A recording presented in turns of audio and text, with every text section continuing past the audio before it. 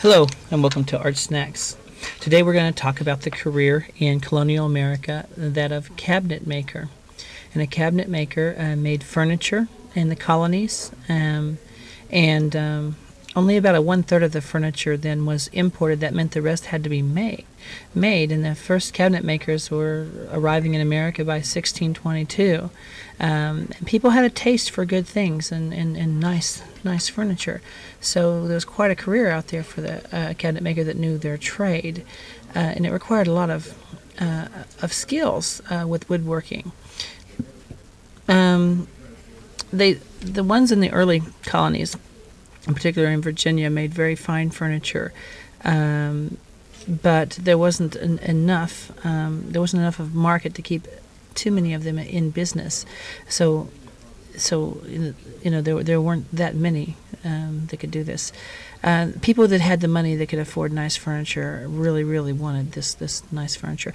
But there were specialized tools required for making furniture that you could only find in the cities, and so again, a lot of the furniture makers lived and resided in the cities. While we're talking, we're going to start drawing the front of a cabinet, the kind of a cabinet that someone might have wanted in their house. And these were highly decorative, beautiful pieces of wood with, they could look lots of ways. These could be everything from chests to cabinets for dishes, or they could be for clothing, or they could be just any number of purposes that they could serve. Now, on top of being functional, of course, they were also beautiful, and a lot of times they would have hand-carved designs in them that across the front. And by the way, a lot of this furniture now you see on the Antiques Roadshow is worth a lot of money, especially the furniture made in those times by these talented craftsmen.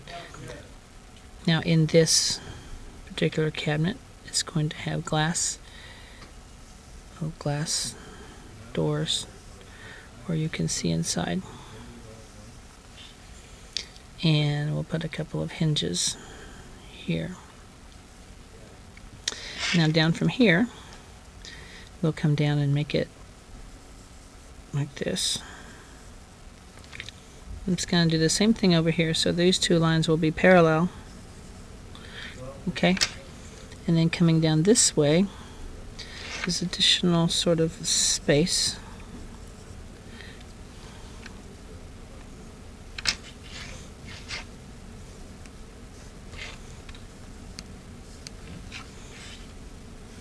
So this might be a writing desk, but also that has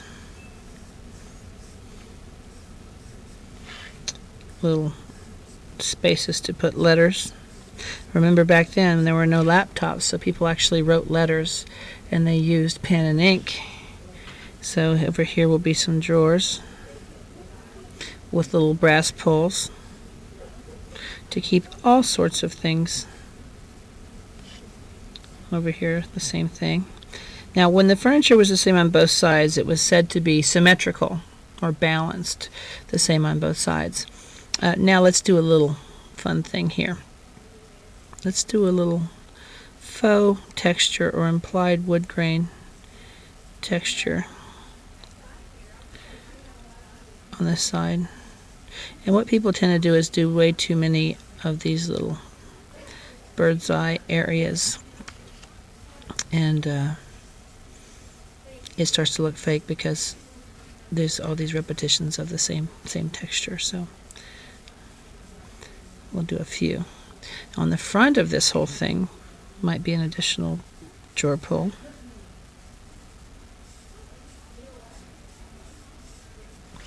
Underneath, maybe it's a little dark under here. Let's put one more.